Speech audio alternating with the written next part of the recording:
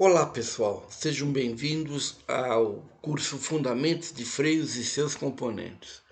Hoje nós vamos iniciar a 12ª aula e aí a gente vai continuar falando de freios a disco. Vamos lá. Bom, recapitulando a 11ª aula, onde eu mostrei como se calcula a clamp force e o brake torque, ou o torque de freio. Então a gente tem aqui um freio a disco montado.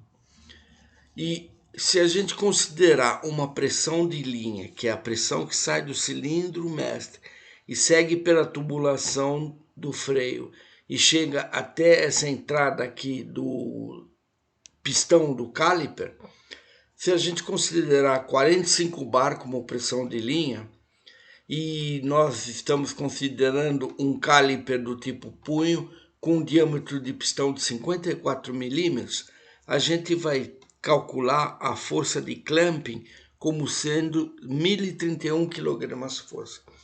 Ou seja, a pressão de linha que entra por essa tubulação, nesse ponto de alimentação do caliper junto ao pistão do caliper, e vezes a pressão é força sobre a área, então a gente tem que a força é a pressão vezes a área, e essa área é πd2 sobre 4, ou seja, é π vezes o diâmetro do pistão ao quadrado dividido por 4. Isso nos dá uma clamping, ou seja, uma força de acionamento de 1031 kg a força. Isso é importante a gente saber que essa força que o pistão faz empurrando a pastilha do lado interno do caliper contra o disco de freio, por reação, ação e reação de Newton, a gente tem essa ponte trazendo essa pastilha externa, também empurrando ela contra a superfície externa do disco de freio, que também é a clamping force. Isso daí, se a gente depois, através desse início, a gente pode também calcular a força tangencial, que é a força de atrito no raio efetivo. É a força de atrito que age da pastilha de freio, do material da pastilha de freio contra o disco de freio, e que através dessa força de atrito é que a gente calcula o torque de freio ou brake torque.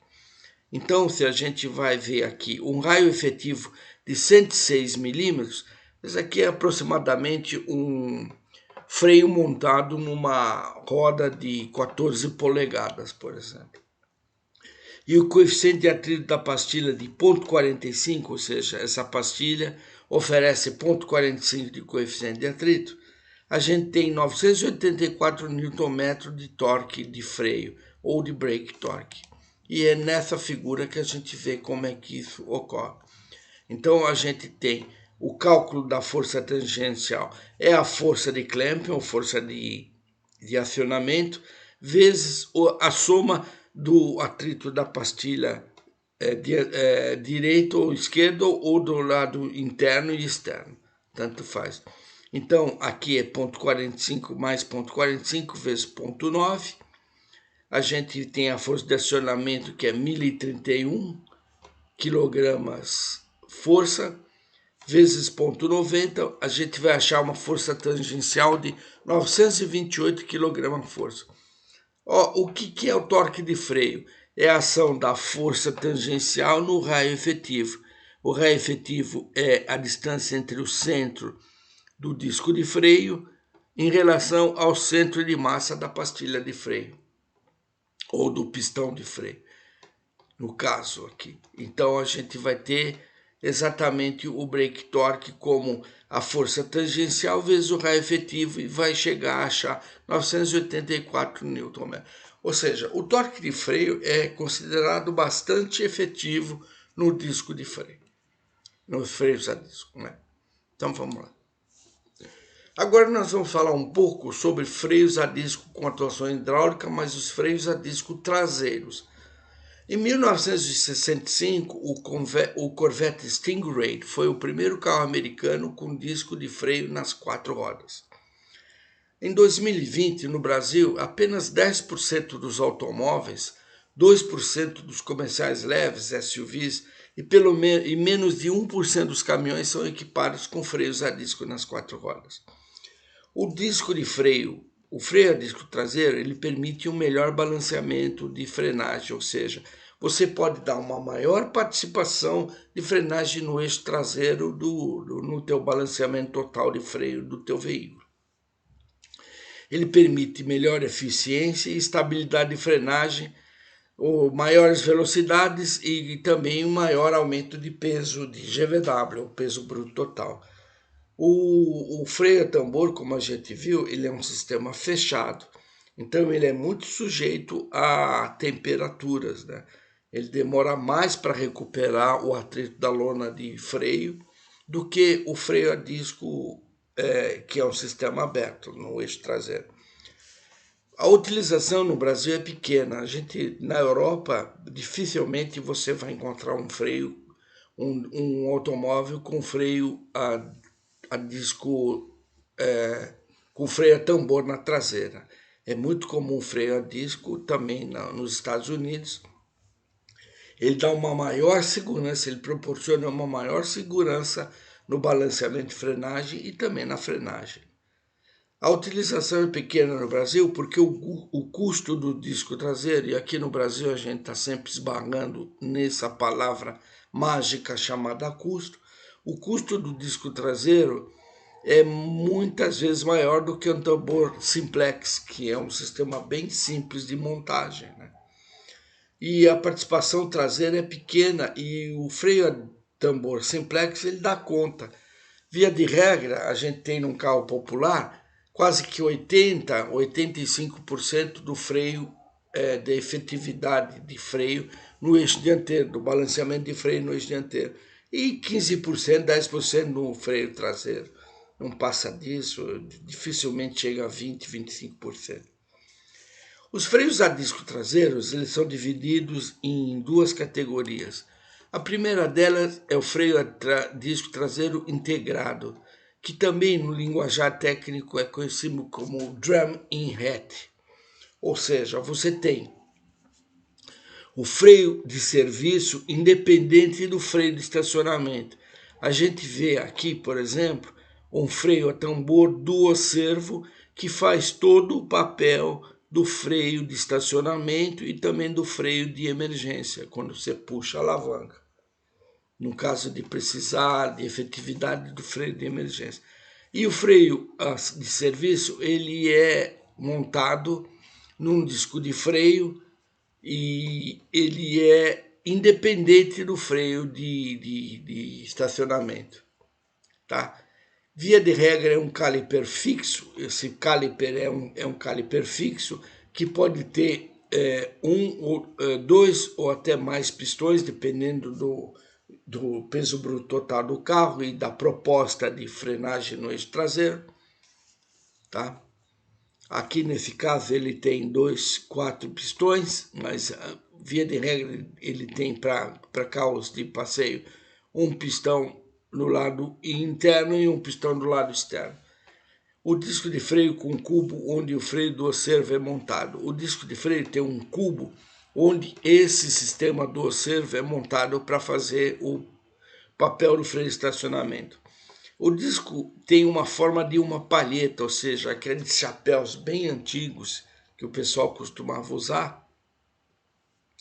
Essa é a razão do nome drum in hat, né? Um tambor dentro de um chapéu. Eles possuem um nível de atrito de parada em rampa, o Hill Hold Ability. Ele tem um bom nível de atrito de parada, de freio de estacionamento, porque na realidade esse é um dual servo. E agora, a lona de freio desse dual servo que serve de estacionamento, via de regra, é uma lona de freio que tem um atrito estático bastante alto para ela fazer o papel desse Hill Hold Ability, ou seja, da habilidade parada em rampa, tá? Então é um nível de atrito HG, ou HH, lonas de freio moldadas e dificilmente de um projeto bastante complicado por causa do nível de atrito estático desses freios. Aqui é o tal do disco de freio da forma drum in hat. Então esse tambor serve para o freio de estacionamento e aqui é um disco cuja pista do freio de serviço é atendida por esse caliper. Então isso daqui é montado dessa forma. Esse aqui continua sendo um drum in hat, então ele está em corte e a gente vê aqui o freio de estacionamento, o do servo montado dentro do cubo do disco de freio. Tá? Tem muitos carros que usam, a Zafira usava esse freio traseiro, ou acho que o Astra com aro 15 também utilizava esse freio traseiro. O Toyota Corolla, alguns modelos do Toyota Corolla utilizavam esse freio também traseiro. O outro freio a disco traseiro é chamado, o segundo tipo é chamado de combinado. O combinado quer dizer que ele executa a função de freio de serviço e de estacionamento na mesma peça. Então esse caliper ele tem um sistema de alavancagem aqui que faz com que o pistão aperte a pastilha interna e aponte e traga a pastilha externa no caso de estacionamento.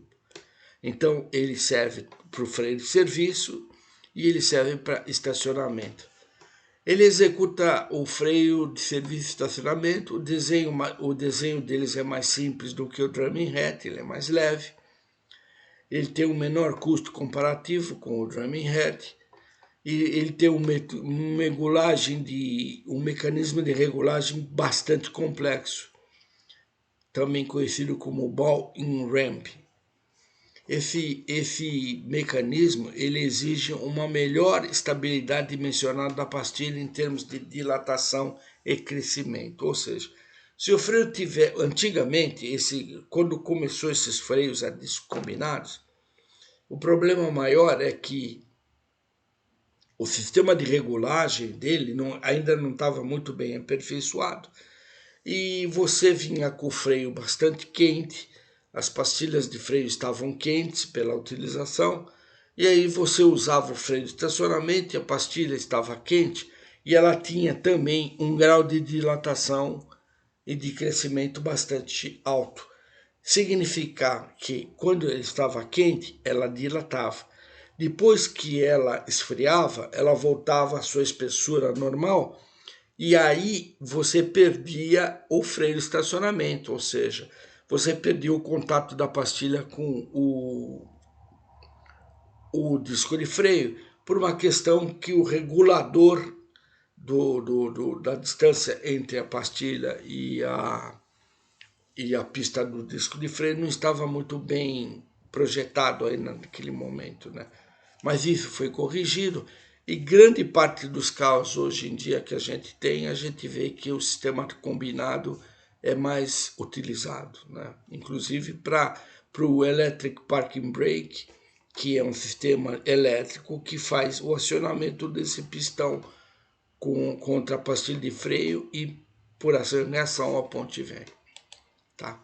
Esse é o sistema de freio combinado. Tá? Então a gente vê ele montado aqui, vê todo o sistema de ajuste. É um sistema que é um reloginho. É um sistema também, os cabos que puxam o freio de estacionamento e que fazem fazem a aplicação desse pistão contra essa pastilha e a ação traz essa pastilha de volta aqui. Nós vamos começar brevemente a falar hoje, e na próxima aula a gente vai estender esse assunto, que é o freio a disco com atuação pneumática.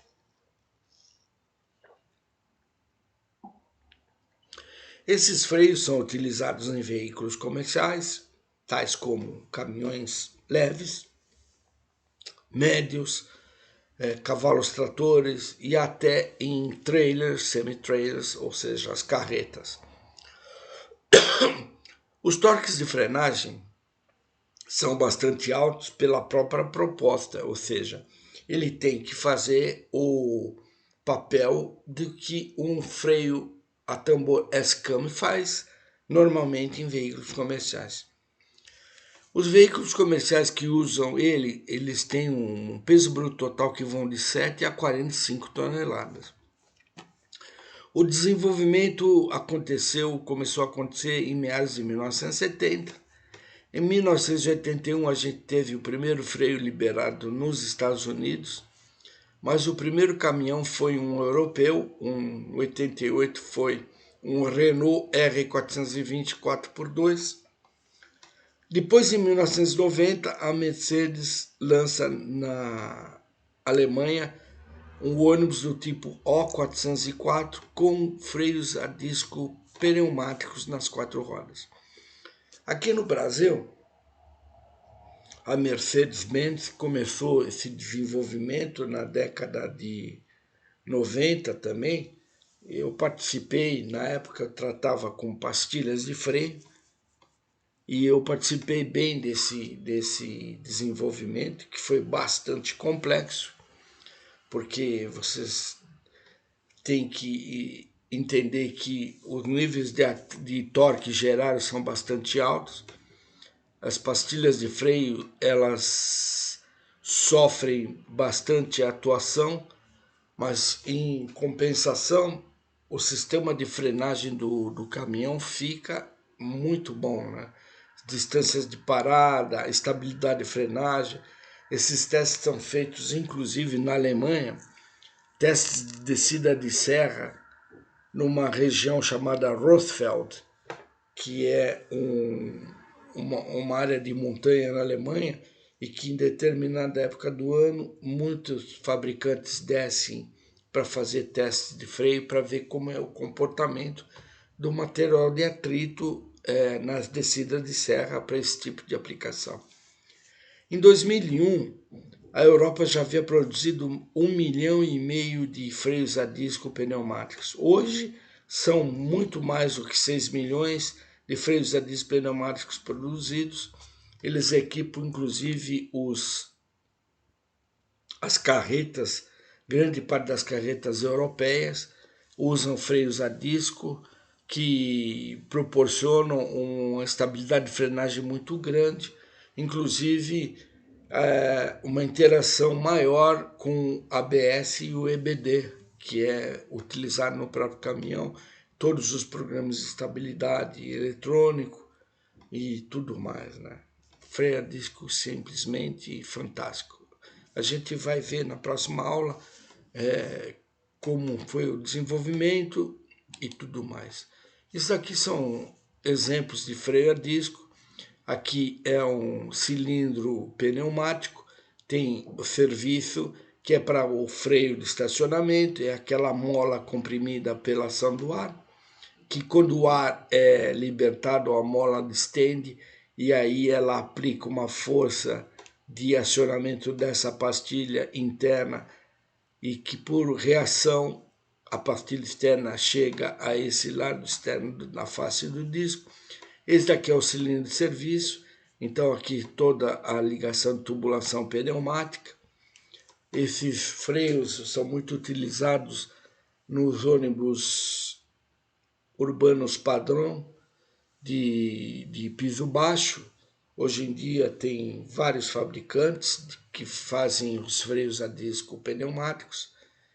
Knorr, tem a Meritor, tem a Haldex, tem a Wabico, tem vários fabricantes desse tipo de freio, né?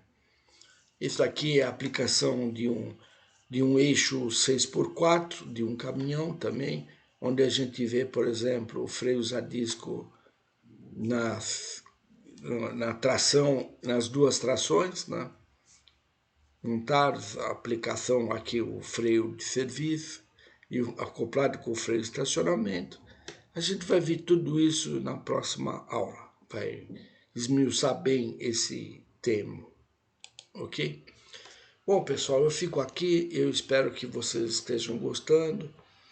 Se vocês estão gostando desse curso, por favor, compartilhem com o maior número de pessoas possíveis e peçam que vocês se inscrevam e que essas pessoas que compartilharem também se inscrevam, para a gente aumentar a comunidade que gosta desse assunto da engenharia de chassi, que são os fundamentos de freios.